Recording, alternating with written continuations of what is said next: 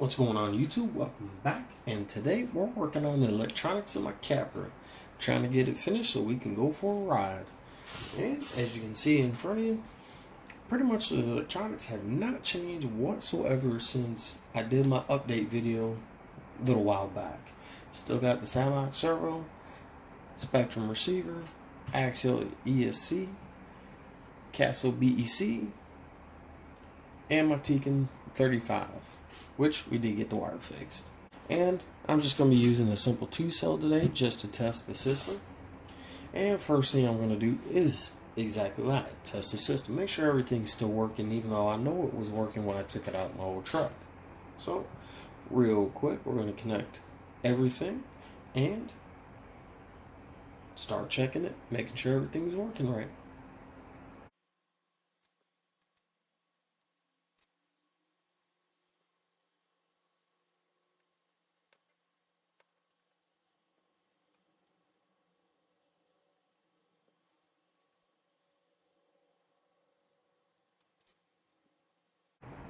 And with my DX5C Spektrum controller and the battery plugged in, we got the good light, and we can see that my steering is off a little bit. So let's get that fixed real quick and we'll double check everything.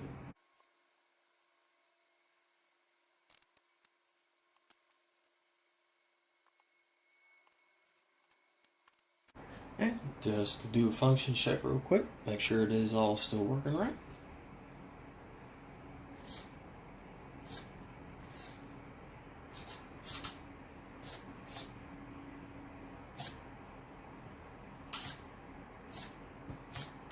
We'll have to do a little bit of trimming on the servo.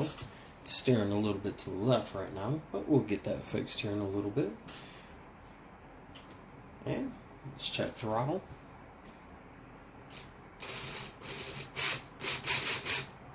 Well, looks like we've got throttle. It's working, but we're in reverse direction.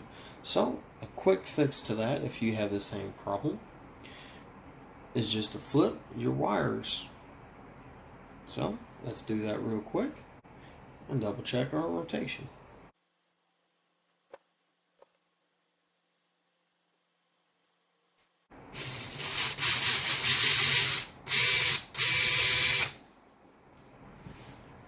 And with that being said, we're now running in the right direction. Now, with this remote, I can flip it on the remote, which I'll have to figure out how to do because I'm still learning this remote. I've had a few issues with not being able to figure a few things out on it, but I'm pretty sure there's going to be a video by either Spektrum themselves or someone who's really familiar with Spektrum on how to do it. Now, if I can figure out how to do it on the remote, I will do a quick little video update on that myself, and I'll also then show you how to trim out the servo at the same time. But now that we have everything working, the servo's better centered, and we know we have the rotation on the motor right, we're going to disconnect the battery, and then we're going to start putting everything into the Capra. So, I'll be right back.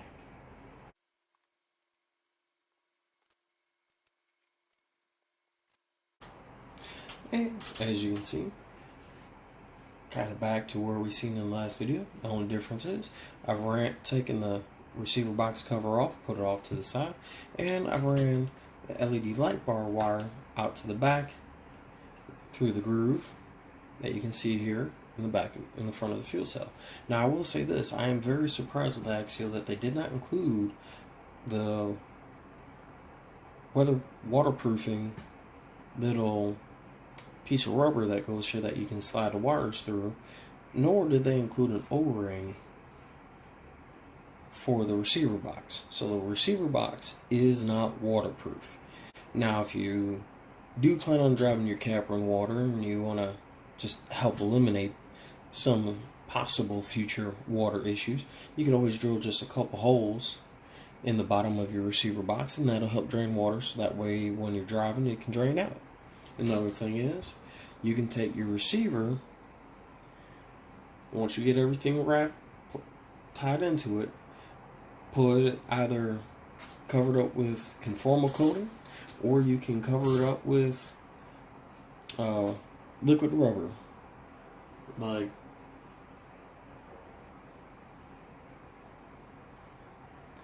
Flex Seal, or some other type of liquid rubber that you can buy that's on the market. So let's get this disconnected, put it in the receiver box. Let's get these two mounted, and I'll show you where I'm going to mount them.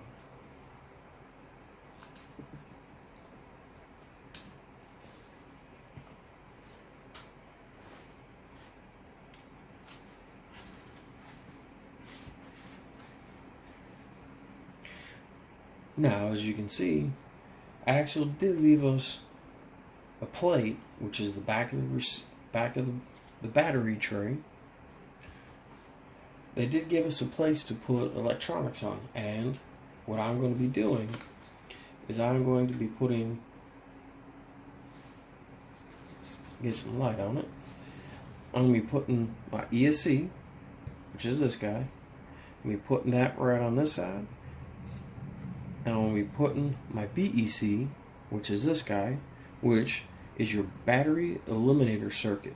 What this does, it allows you to power your servo at full power versus trying to get it to run off your ESC like it normally does. Now, if you're just running a base RTR truck, that's fine. Those don't require a lot of power. But with the servo that I'm running, that I pulled this system out of the system out of the truck I was running it in, I required and had this programmed by a local hobby shop that I bought it at. I had them program it to run at the full power of a 2-cell, which is 7.4 volts. What that does is that allows the absolute most amount of power that servo is rated for to be able to turn your wheels left and right without shorting your electrical system, which will happen if you don't have one of these and you have a really high powered servo. What happens is this on a regular truck has a built-in version of a BEC, but this is trying to be what supplies your power to everything, like an electrical grid. It has to push out power to different systems at all times. Well, when one item is requiring more power than what it is allowed to, what it is programmed to push out, it then basically has an internal short called, and it's also nicknamed browning out. Basically, the system shorts, and what will happen is your truck will stop working after a couple seconds. As long as nothing goes bad, your truck will continue working like it's supposed to. And that's where you come into BECs. Now, there's quite a few BECs on the market. This one's a waterproof one. This is their second generation from Castle for their BECs. I have both versions, but I'm just using this because, like I said, it was already in the truck that I tore apart, which we will be doing a build series on in the future. So we're going to take this tray out to allow us to mount the electronics a little easier, and I'm going to show you what it all looks like once I all put it back together and how I run my wires.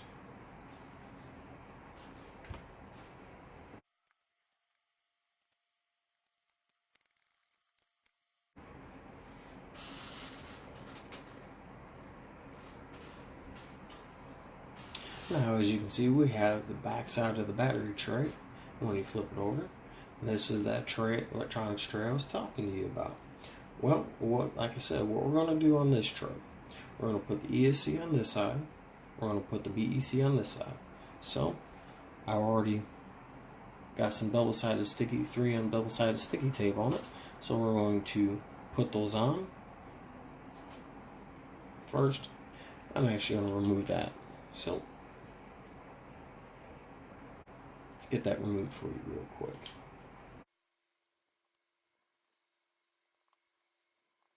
And this is what it's like with the cover, with this piece off. Not sure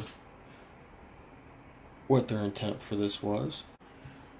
And so what I want to do, because like I said, I've already had this in the truck and I have these wires already connected, And this is how the BEC is powered, is straight from the battery. So I'm gonna peel the double-sided sticky tape off. We're gonna get it stuck to the plate. Away. And then I'm gonna take my BEC and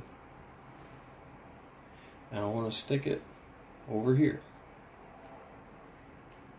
Now I'm going to do the same thing. I'm going to take this and put it all the way over here to the side so that way it clears this bracket.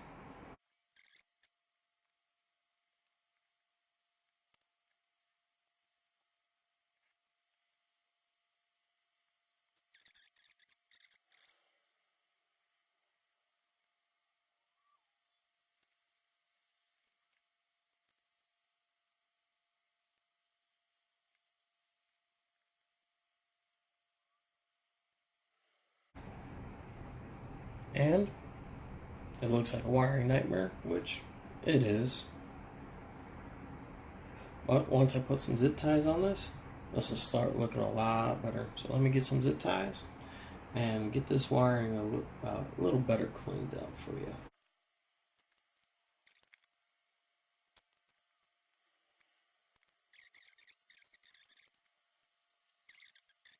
This is pretty much what I have. This is the brains, basically, of the truck. And now that we've got this set up like this, we're going to reinstall it into the truck, and I'll show you how I run my wires.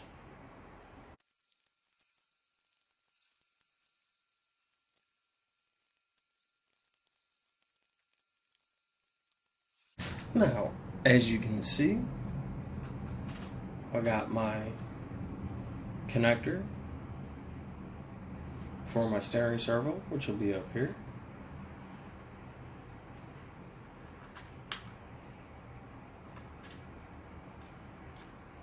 Which I will be running the wire lead into this cable holder here and then making my connection here, which I'll show here in a little bit. Now, these are my motor leads, so you can try putting these off to the side somewhere.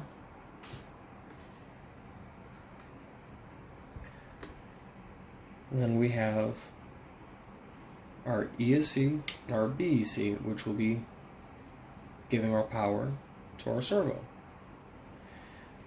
And just to keep all my wires nice and tidy, I'm going to connect the LED light bar wire to this wire,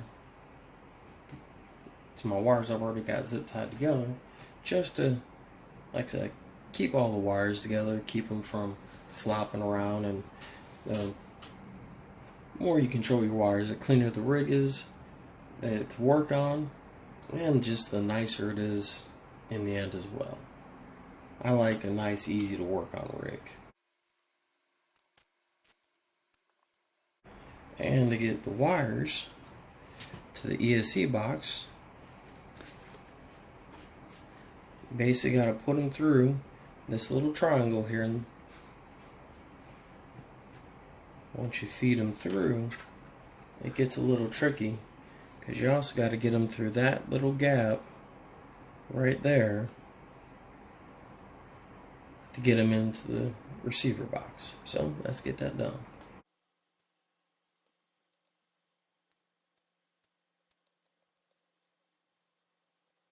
And I'm going to add another zip tie in here.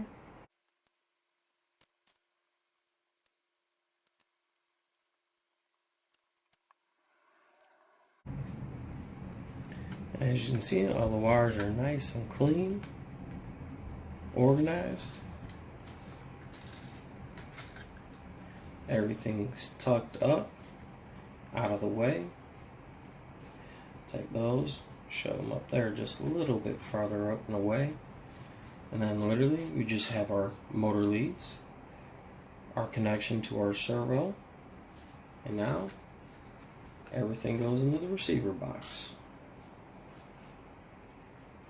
So let's get everything into that little groove right there, as we got it there.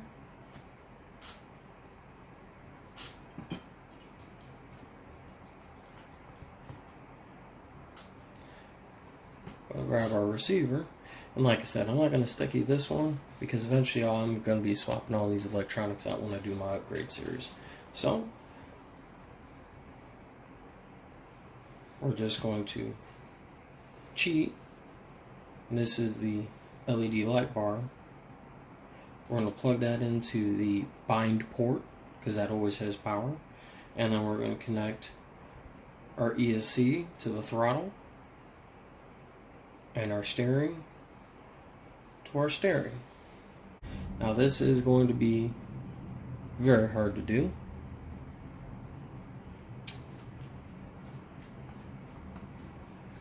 I think it might have been a little easier to do before I put that in. Let's see. Let's see if I made a simple mistake. See if this is easy.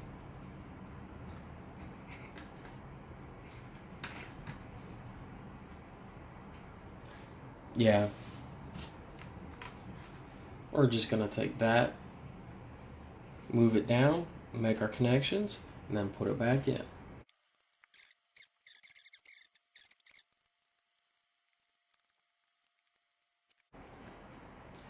Now we're getting a little bit of slack on the wires. This is going to be a little bit easier. So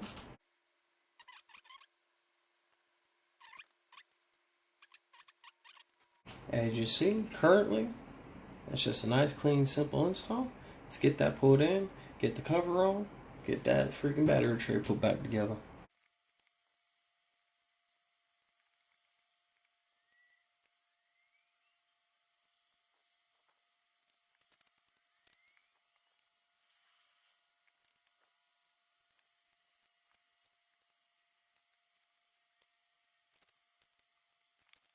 So,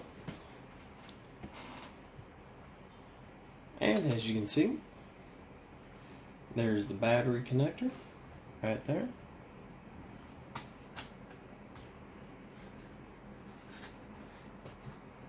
There's my ESC.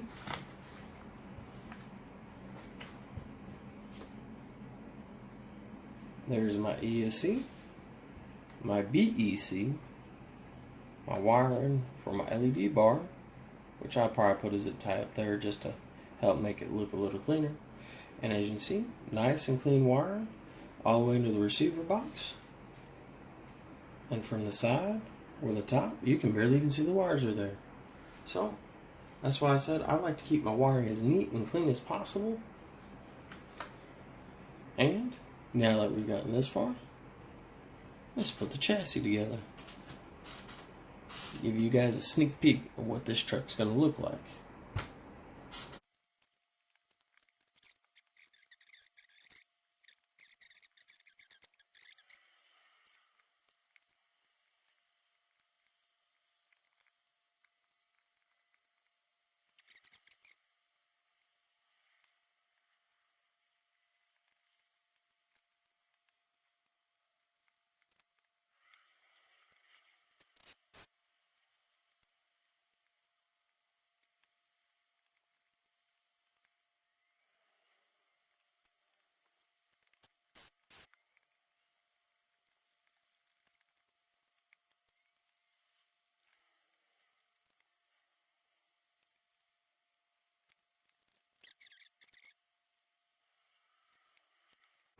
And there we go. Wires are zip tied out of the way. And nothing is going to hit this dry shaft. So,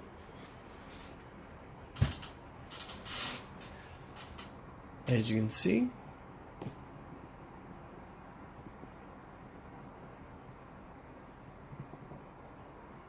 and here's my nearly completed capper. Now, just to make sure that we installed all electronics the right way, I'm going to throw a battery in it real quick. Make sure the remote is on first. And set, if you have a remote like this, make sure it's set to the truck.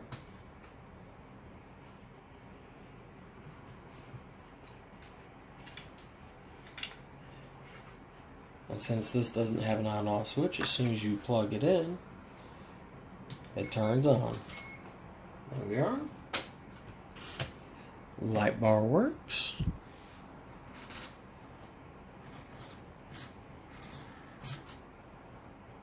steering works.